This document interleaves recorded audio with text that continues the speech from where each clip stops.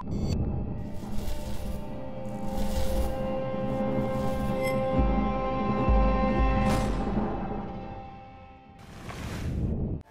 on to him. Go jump. Oh, there you go. Get ready. Look at him. This week on Kentucky Afield, it's hard to beat a young kid reeling in big smallmouth bass. Are you happy with that one? Yeah. And live bait fishing might be the best way to make it happen. Next. If you want to experience the excitement of an elk hunt like this, then you should know you've only got a few weeks left to apply. Then, it was a year ago this week that the Kentucky Largemouth Bass state record was broken.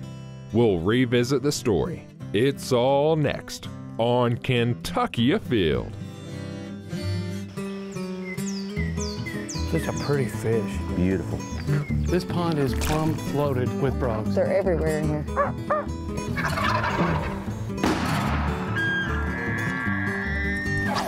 Yeah, this is a good fish right here. Really good fish. Come here, girl. Yeah, boy. That's a big rabbit. Nice job. Yes! Yes! My first muskie.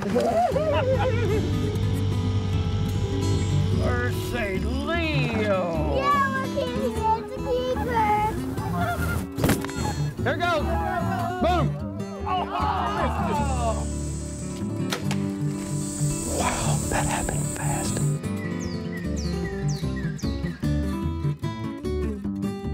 Hello, and welcome to Kentucky Afield.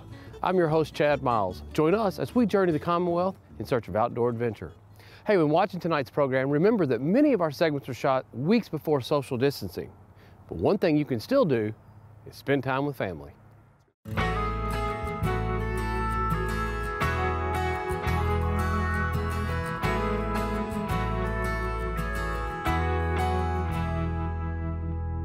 Well, Leo, you are in for a treat today.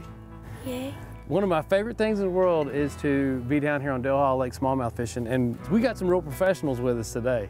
Aaron, we're down here with you guys, you and your dad, with Kentucky Tennessee Trophy Fishing Guides. And to take a kid out here to catch a smallmouth, using live bait is the way to do it, isn't it? Yes, sir. It's by far the most fun and easiest way to catch smallmouth. That is definitely the way to do it. I don't want to burn him out. I want this to be my fishing buddy for the rest of my life, and I want to get him started right. You guys been on some smallmouth, haven't you? Yes, we had a real good day yesterday. We had 18 plus fish on live bait.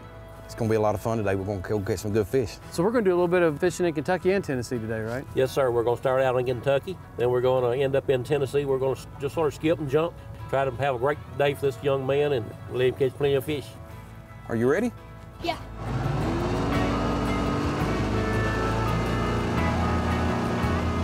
It's horribly foggy. You just barely can't even see. Just can't get in a big hurry. We just catch them when we get there, won't we? Take your time and be safe. You want to pull the boat up a long ways to the bank and fish off the right side. All right. We're going to put a couple poles out, and we're going to let Mr. Aaron get those little alewives with the net, and we'll hook them on, and we'll cast out, okay? Yeah. All right, come back here and I'll show you how we hook them up. We're going to get a good size one out here. We're going to hold him. We're going to get one of these circle hooks, and we're going to put him right in there. And that's going to give him plenty of room to swim around and look like he's natural. So how far out we going here? So we're first you throw it. All right. We'll get a couple more ready for you here to throw out. Here you go, Chad. Here's you another. All right, thank you.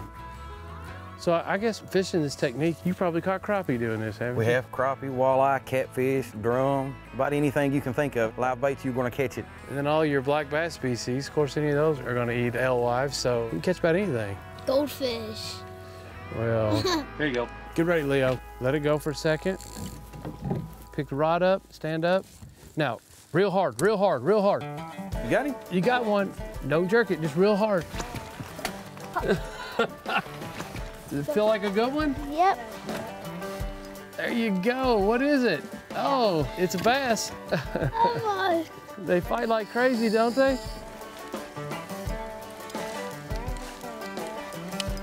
It's a small one, but it's a smallmouth. You caught a smallmouth. Yay.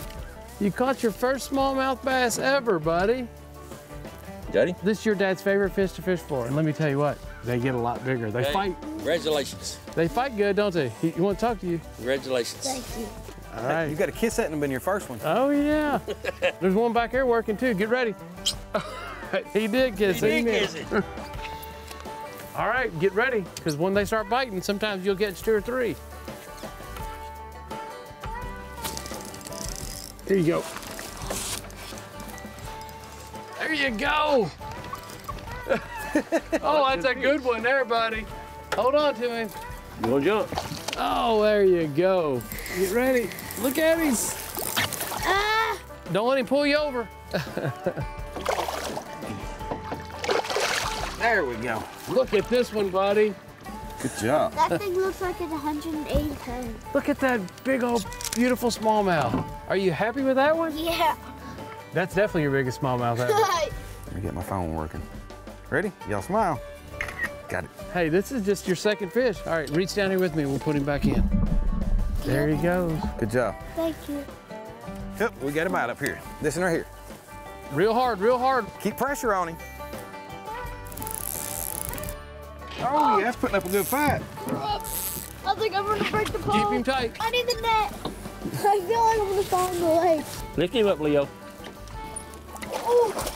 Hey, oh, that's a good fish. That is a good one there. High five. Y'all ready to go to another spot, guys? You said it's all about getting aggressive fish. We'll jump from spot to spot, get the most aggressive fish on that spot, then we'll go to another, and that way we have a lot of numbers. You want to get the net, get another minnow for us? We're going to put you some fresh bait on. Let's get that one right there.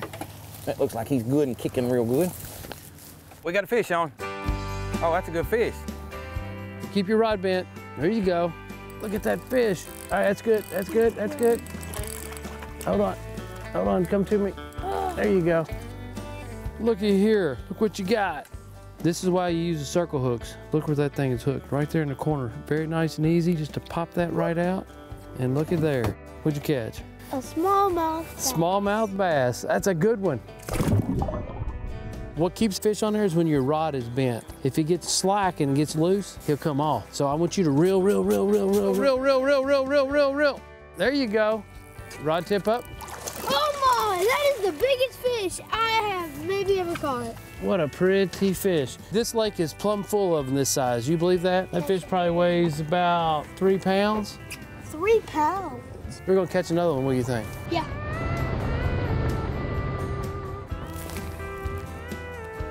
Get ready, Leo, come here. On the very back pole back here. It should be on there. Really. There you go, buddy. Oh That's my. a good That's one. a good one.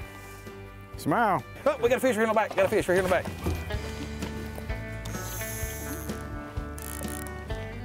Keep reeling. He's going to jump. What do you think about that? I think your pole might be broke. Double. Hey, you caught 2 at the same time. Less than a minute. Less than a minute, way less than a minute. Don't you love catching these smallmouth? And look how pretty they are. You did a great job. Well, let's get these back in and get our poles rebaited, and maybe we can catch a few more. Yeah. All right. I'll tell you what, I can't tell how much I really do appreciate you guys bringing us out, because this is a technique of fishing that I'm not really set up to do. And to get my son interested in fishing, this is exactly the way that it needs to be done. And this is how you keep a kid active. Yes. Yes, it is. We enjoyed having y'all. Thank y'all for coming. Have you had fun? Yep. How much fun was this? You love fishing, don't you?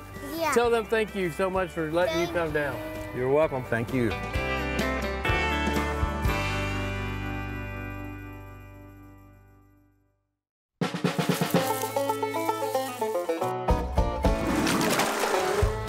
So I'm here today with Sergeant Robinson. You know, the coronavirus has changed a lot of things, but for you guys, you're still out there patrolling and seasons are still on as planned. Yeah, absolutely. All the Kentucky regulations, all the Kentucky statutes, as far as fish and wildlife laws are concerned, they're all still active, and we're all still out there still enforcing them. But the distance that we're keeping, that is one thing you're doing a little bit different, is that you're not coming right up and engaging people like you would normally, right? No, absolutely not. As far as a fishing license check is concerned, we can do everything that we need to do from that 6 to 10 foot distance. Okay. And you wearing gloves, obviously? Absolutely. We're wearing gloves. We have our mask available. So as far as checking your fishing license, I happen to have a fishing license right here. Sure. You're looking for the number on there, which means it's a 2020 license. Absolutely. Yeah, we can definitely see that from a 6 to 10 foot distance. Okay, and as you can tell that is very visible. What other things are you doing a little different with coronavirus? Checking the creel, the size and creel. We can ask, you know, the people that we're checking to hold up those fish, and we can see if the size and creel is within the regulations. And if not, if we have a question about a fish, they can set the fish down, step to the side, and we can approach the fish and measure and count if we need to do so. So really it's using common sense. If an officer comes up to you in the field or on the boat, you're not gonna run up there and immediately start shaking hands. Everybody's keeping their social distance, and you guys are doing the exact same thing in the field. Absolutely, it's happened a few times. Don't feel disrespected if you come to shake our hands or to get close to us and we ask you to step back. It's for our safety and it's for your safety as well. Absolutely. Well, hey, hope everyone has a great spring fishing and turkey season right around the corner. Absolutely.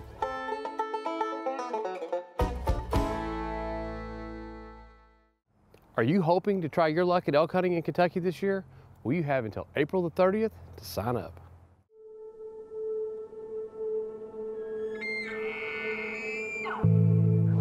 We know there's a bull here. We've seen some pictures from the last couple of nights, and lo and behold, the second we get here and get set up, that bull is bugling right there. He's there. Here they come. These are cows. He's going to be with it. Hold on. Bunch of cows. And there he is. Hold on. He's in the back. All right. Hold on. Make sure it's clear. Wait a minute. Here comes another one. It could be a bigger one. There's an old cow behind it. Make sure you're clear of the cow behind it. When they clear that cedar tree, you're not going to have much time. Get ready.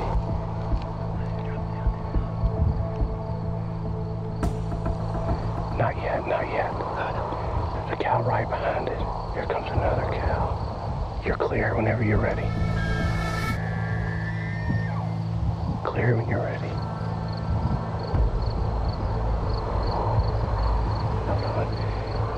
He's right behind that tree. He's right behind the cedar tree. You don't have a shot right now. But the cows are clear, so when he takes a step out, you're going to have about 5 seconds.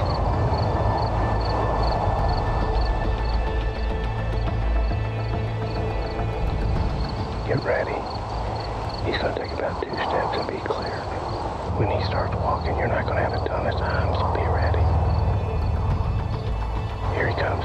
Whenever you're ready. You only got a second.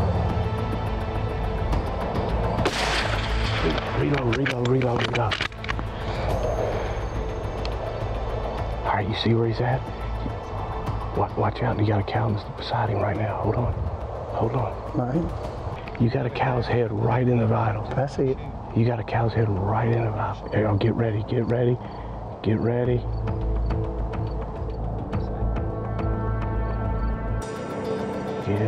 but let's see what happens here. All right, you're clear. Hold up. Wait till that cow clears. Yep. Defense.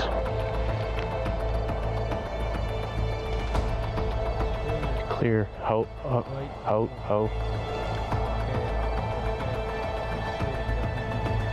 Clear. Shooting. Clear.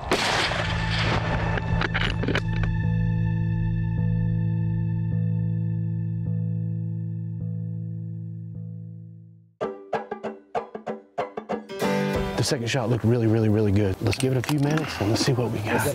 That's a good bull, man. That's a good bull. This day could not have had more ups and downs. We got in here knowing there's a good bull here, knowing that he's probably feeding on all the acorns that are out there. Yeah. And we sat here this morning and what do we see? A bear and sweat drops. I'm not going to say we knew we weren't whipped. We knew there was a bull here and we knew we had a chance, but we were in a situation where we're coming out going, you know, we don't see a whole lot of land right here. Nope. And about 40 feet, 50 feet. And we knew that it had to happen fast. And the thing came out, we figured that's our bull. That's the one we want. This is one we got pictures of. Runs up and stops behind that daggone cedar tree for 5 minutes. Yeah.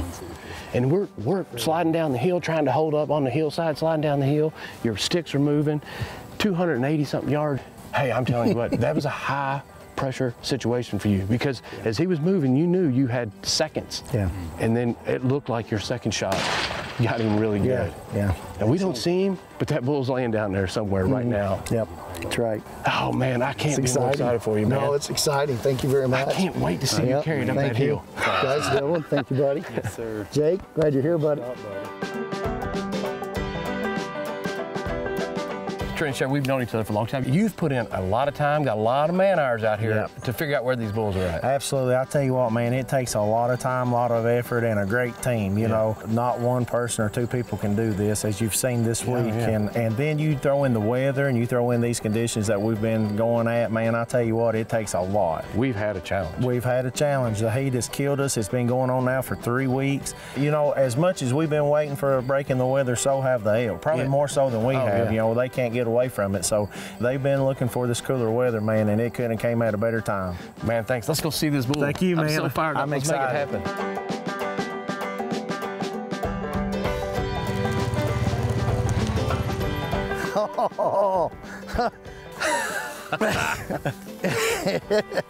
Oh boy, that's a dandy, boys. Oh man. Good bull. Yes, it is. Look at that. That is a dandy. Look at that bull that you have got there. Wow. That is something else.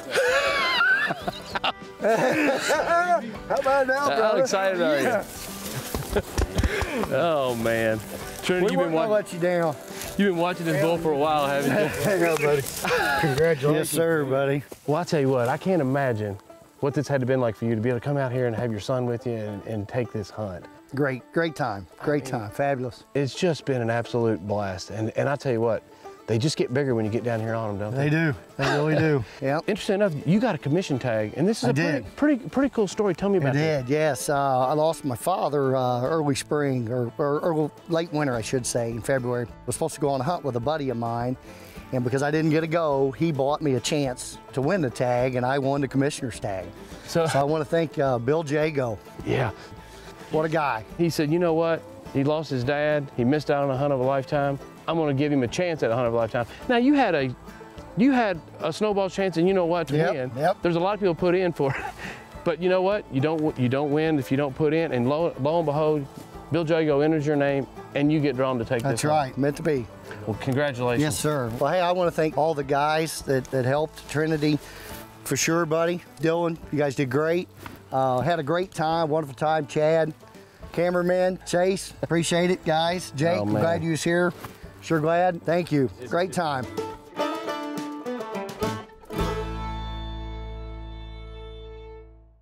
After standing for over 30 years, 1 year ago this week, the state record largemouth bass was broken. So Mark, for 35 years, people have been chasing the record, the state record largemouth bass, which is called a Woods Creek Lake. And you broke it last week. I know, it's 35 years. I've only been alive for 24. I'm pretty fairly young. I never thought that I would ever do it. You know, and the interesting thing is the largemouth bass is probably the most sought after sport fish, freshwater fish, in the United States. Millions and millions of dollars are spent, billions of dollars are spent trying to catch them. And you come out here in your local community lake, this is open to the public, and you catch a fish that weighed what? 14.9 pounds. 14.9 pounds. Now, for a person who says, hey, I caught a 14-pound fish in the state of Kentucky, that is astronomical. And then to hear that you've actually caught a couple fish that were fairly close to this in the past, out of this same body of water. The one that I caught last year was a 13.8. People claim that it's the same fish from last year. Whether if it is, I don't know. So you caught a 13-pound, 8-ounce fish and took it and then released it back into the lake. Yeah. Did you weigh that fish? I mean, did you, on a certified scale, did you know how close you were to the state record then? It was on a digital scale. Once I weighed it and went online and seen what it was, I was fairly close. Okay. You decided out, I'm just gonna turn this thing loose, and you know, you're a hunter as well. You can't kill a 4-year-old deer if you shoot a 3-year-old deer, right? Yeah. Kind of works with fishing the same way. You caught a trophy fish by anyone's standards. Any location, doesn't matter where you caught it, I don't care if it's Texas, Mexico, wherever. You released it, and lo and behold, you come back the next year and catch a bigger fish, and now you have this current state record. Yeah, it's something else. Like I said, I never thought that I would, but I'm like any other fisherman out there who just loves the fish. So take me through the day you catch the fish. It was Good Friday, right? Yeah, it was Good Friday. You came down here with your wife and you got a 9-month baby, right? And you walked down over the bank, right here by the fishing pier, and tell me what happened. I had just got off work, and I walked up to the bank, and I seen one that was fairly decent. No, that's a decent sized fish. I mean, it's about 4.5, 5 pounds. And once I walked up to the bank, it was the first cast. I fished it out, and then once I brung it in, it nosed down on it. And before it could pick it up and it got too close, the 14.9.5 pounders, it came in from the deep and it looked like a big log. So you walk in here, you see a fish, you're like, wow, that's a big enough fish to at least, you're not gonna walk past it without making a cast. I'm gonna try to catch this fish. And you flip out there and it comes up and shows some interest. And then all of a sudden, bam, something much, much bigger comes in and just takes it. It surprised me. It so did. when it came up and initially hit it, did you know immediately that it was gonna take it? Did you immediately set the hook or did you wait for your line to run? How did that work out? Once it picked it up and the lizard was gone, that's when I set the hook. Yeah, oh yeah. I mean, it just take off running run you back out. It shook one time and back to the deep it went, and then it was about a 5-minute fight from there. Once you got it up, you know, the banks are a little bit slick. You couldn't go in. You kind of had to drag it up close enough to worry about breaking your line and get a hand on it. Once you got a hand on it, did you know immediately, hey, I got a chance here for the state record? The one I caught last year was fairly decent, but the one I caught this year, from pictures don't do justice. I like how you call your 13-pound, 8-ounce fish fairly decent. That tells you what your expectations are. You are a trophy fisherman. You're targeting big fish. Because you said, yeah, I caught a fairly decent one last year. It was 13 pounds. That's a huge fish. And now you come out here and you best it. You catch a 14-pounder. You're looking at it, you're like, oh my gosh, man, this thing's got a chance. This thing may be big enough. What'd you do then? Once I weighed it on the scale that I have, I told Sherman, my brother, I was like, I'm gonna have to turn it in. I'm gonna have to. Because you've always put your fish back. You put 13-pounders back, but in this situation, you're like, we gotta at least get this one certified. See what we've got, right? So you told me one point in time you put it on a stringer. And you were leaving the fish in the water, waiting for someone to show up to verify it. Yeah. And what happened? When I went to show Shane. Shane Amberg is your local conservation officer. Yeah. I pulled it up out of the water to show him, because they say fish is bigger out of the water. And once I looked down, the stringer was actually unhooked. It was actually unhooked. And my heart dropped, and Shane he was saying, he said, no, you don't have to do that, put it back. And then once he realized that I was hooking the stringer back, he said, oh. You do need to clasp the stringer. Yeah. Man. Well, I'll tell you what, this is a beautiful body of water, and it does hold some really, really big fish. But for someone who fishes in and around a community and there's a Fins Lake there that they're stocking trout in, and they go out and they see 60, 70, 80 people sitting around the banks fishing it, and they think, oh, there's no good fish in here. What do you have to say to those people? I've actually heard a lot of that. I mean, you know, people come up here and fish and not catch a thing. They see what I caught, and they just they don't believe it. These type of lakes are perfect because if you say you just got off work, you got 2 hours or 3 hours to kill, bring the family along, run out here, you don't have to mess with the boat, and bam, land a state record. You'll never know what you catch on that first cast. First cast of the day. You know, they always say that if you catch a fish on your very first cast, that people say it's bad luck. I wouldn't count this one bad luck. And interestingly enough, the fish that you were watching there, what you thought was 4 or 5 pounds, you ended up catching it too, didn't you? Yeah, I ended up catching it too, yeah. So you knew about what that fish ended up weighing, and that was the fish that made you cast there. So he's got to take a little bit of the credit. That 4-pounder's got to take a little bit of the credit because you may not have casted right there had not been sitting there. Catching a state record like that, does it make you think, well, there's no reason to go do it again, I've already got a state record? Oh, it won't keep me from fishing. It won't keep me from fishing. You know, if you love to fish, you love to fish. So the state record or not, it's not going to change you. You're going to get out here and keep catching fish, and it's going to take a long time to break this. Yeah, 35 years and you beat it by almost a full pound. So I think this record's going to be around for a while. So congratulations. Thank you.